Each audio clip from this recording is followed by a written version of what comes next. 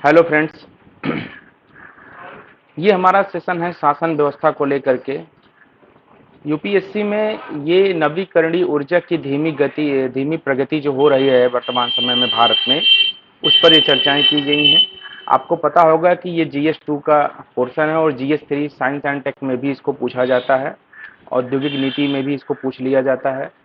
सामान्य अध्ययन सेकंड का भी ये पेपर है और सामान्य अध्ययन जो है ये थर्ड का भी पेपर है। समान अध्ययन सेकंड में वृद्धि एवं विकास से संबंधित है, क्योंकि ये अर्थशास्त्र से कहीं ना कहीं जुड़ाव रखता है और औद्योगिक नीति से भी इसका जुड़ाव है। इस कारण जो है ये यहाँ पर भी ऐड हो जाता है। प्रीलिम्स के लिए क्या इसकी स्थिति है, तो नवीकरणीय ऊर्जा पहले क्या है उसको हम देखेंगे। मेंस के लिए नवीकरणीय ऊर्जा का महत्व और चुनौतियां वर्तमान भारत में क्या हैं, वर्तमान परिस्थितियों में क्या, उस पर देखेंगे। तो चलिए स्टार्ट करते हैं। देखिए मामला चर्चा में क्यों आया है, तो एक हालिया रिपोर्ट के अनुसार लॉकडाउन की वजह से नवीकरणीय ऊर्जा की प्रगति में धीमापन देखा गया है, जिससे भारत वर्ष 2000 तक अपने लक्ष्यों को प्राप्त करने में पिछड़ गया है। भारत का कमिटमेंट था कि हम 2022 तक जो है 175 गीगावाट जो है बिजली जो है हम उत्पादन करेंगे, मतलब नवीकरणीय ऊर्जा स्रोतों से, जिसमें से 100 गीगावाट जो होगा वो सौर एनर्जी होगी, सोलर एनर्जी होगी। ठीक है। यह report institute for energy economics and financial analysis IEEFA द्वारा जारी की गई थी। IEEFA एक अमेरिकी और गैर लाभकारी निगम है। भारत स्थापित नवीकरणीय ऊर्जा क्षमता में के मामले में दुनिया के चौथे स्थान पर है और सौर में 5वें स्थान और पवन ऊर्जा में चौथे स्थान पर है। तो इसको आप याद करिए, प्रीलिम्स के लिए ये काफ़ी इंपॉर्टेंट है। जो भारत में नवीकरणीय ऊर्जा स्रोत स्थापित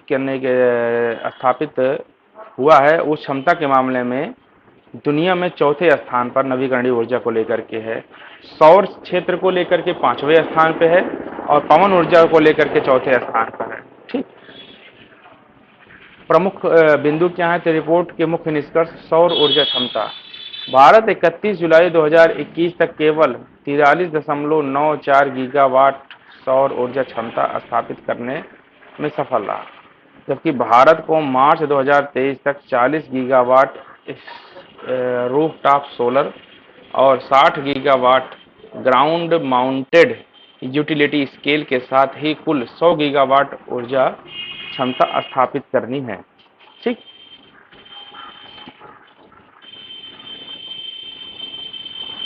हरित ऊर्जा क्षमता। वित्त वर्ष 2020-21 में हरित ऊर्जा क्षमता में केवल 7 गीगावाट ग्रीन एनर्जी को बोलते हैं, 7 गीगावाट ऊर्जा उत्पादन करने की बात कही गई थी। भारत वर्ष 2022 के अंत तक 175 गीगावाट नवीकरणीय ऊर्जा स्थापित करने और 2030 तक 450 गीगावाट तक ऊर्जा स्थापित करने का लक्ष्य रखा हुआ है। कौन सा? नवीकरणीय ऊर्जा। ऊर्जा व्यापार राशि। वित्तीय वर्ष 2020-21 के दौरान कारोबारी क्षेत्रों में विद्युत के उपयोग की मात्रा में 2020 तक की तुलना में 20% और 2019 की तुलना में 37% और 2018 की तुलना में 30% की वृद्धि रही है। तो विद्युत उपयोग में जो ये कारोबार है उसमें जो है आप नवीकरणीय ऊर्जा अगर लें तो इतने परसेंट की वृद्धि हुई है। इससे कीमतों में वर्ष 2020 की तुलना में 38%, 2019 की तुलना में 8%, वर्ष 2018 की तुलना में 11% की वृद्धि हो गई है। देखिए हुआ क्या है कि ऊर्जा व्यापार में ऊर्जा की जो बढ़ोतरी है वो बढ़ी हुई है। आप देख लेंगे कि 20% जो कि है 2019 में 20%, 2000 तुलना में 37%, 2018 में 30% की वृद्धि 2020 में हुई है। ठीक है। 2019 में 20%, 2019 से तुलना करें तो 20% की वृद्धि हुई है वर्तमान 2020 में। 2018 से 37% की वृद्धि हुई है 2020-21 में। ठीक। कोयला स्टॉक में ऊर्जा उपभोग में 1320 लाख टन के नए रिकॉर्ड उच्च स्तर को छू रहा है। देखिए आपको पता होगा कि भारतवर्ष ही नहीं, समूचा विश्व एक समुचित और सीमित संसाधनों में जुड़ाव रखता है। आपको बता दें कि भारत विश्व की दूसरी सबसे बड़ी जनसंख्या है लेकिन संसाधन की स्थिति पे देखा जाए तो इतनी भारी भरकम जनसंख्या के सापेक्ष संसाधन हमारे यहाँ कुछ भी नहीं है। ठीक, वो एक डेटा मुझको याद नहीं है, मैं आपको बता देता कि कितना संसाधन यहाँ पर है। ठीक, हालांकि मैं इसको अगले वाले सेशन में लेकर के आऊंगा। और पिछले 5 वर्षों के मासिक औसत को पार कर गया है। तो इतने बड़ी संसाधनों, सीमित संसाधनों में हम लगातार यदि खनन करते रहेंगे कोयला का, पेट्रोलियम का, तो खत्म होता रहेगा। तो विश्व के सभी देश एकत्र हुए और उन्होंने सोचा कि हम जो है एक नवीकरणीय ऊर्जा के स्रोत को डेवलप करें, जिससे कि हमारे संसाधनों का जो अतिदोहन है वो भी बचा जा सके, जिससे और इस समस्या का निस्तारण किया जा सके। ठीक, और इसी को लेकर के इंटरनेशनल सोलर अलायंस एक संस्था बन करके आई, उसमें अधिकांश देश जो है अब जुड़ रहे हैं धीरे धीरे। आपको बता दें कि जो सोलर ISA है, ये कर्क रेखा और मकर रेखा के बीचों बीच में जितने देश आते हैं इन सभी को जो है कवर करता है। ठीक, हालांकि दैनिक कोयला स्टॉक की स्थिति के विश्लेषण में गिरावट दर्ज की गई है, क्योंकि अधिक संयंत्रों ने आपूर्ति की सूचना दी थी। सुझाव: भारत की बढ़ती दैनिक मांग की चुनौती के समाधान हेतु अतिरिक्त बेस लोड थर्मल क्षमता के निवेश की आवश्यकता नहीं है।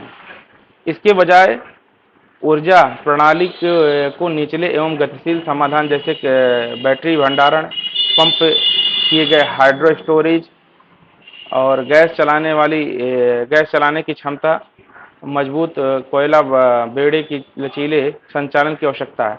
देखिए, कुल मिला के इसमें यह कहा गया है कि एक ऐसी व्यवस्था हमें निर्माण करनी है जिससे कि हम समुचित संसाधनों का उपयोग करके भारी पैमाने पर कोई चीज डेवलप कर पाए। आपको बता दें कि नवीकरणीय ऊर्जा स्रोतों के लिए भारत की पहले की जो पहल है राष्ट्रीय सौर मिशन है। इसके लिए मैं अलग से क्लास लेकर के आऊँगा। पवन ऊर्जा क्रांति, राष्ट्रीय जो है नीति, इसको बोलते हैं स्टार्ट।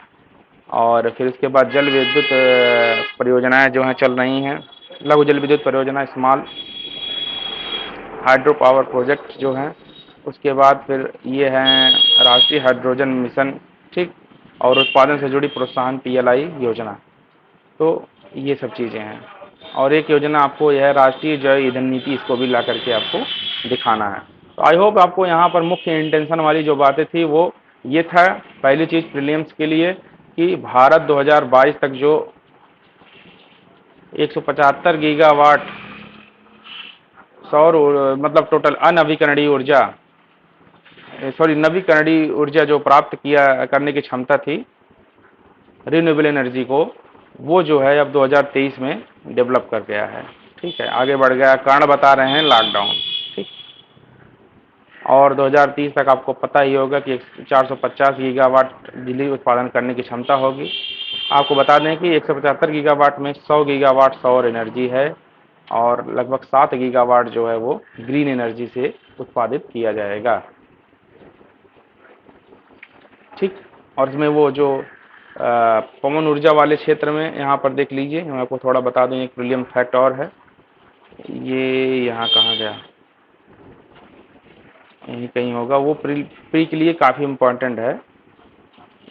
ये यहाँ पर देखिए, ये काफ़ी है। भारत स्थापित नवीकरणीय ऊर्जा क्षमता में दुनिया के 4थे स्थान पर है। जो रिन्यूएबल एनर्जी है, यदि उसको काउंटेशन किया जाए तो भारत 4थे स्थान पे है। और यदि जो है सोलर सेल के डेवलपमेंट की बात की जाए, सौर ऊर्जा की बात की जाए तो 5वें स्थान पे है।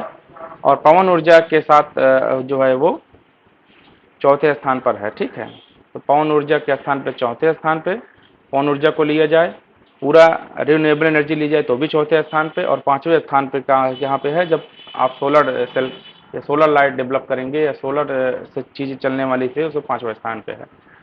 तो ठीक है, आगे बढ़ते हैं। जय हिंद, जय भारत, नमस्कार।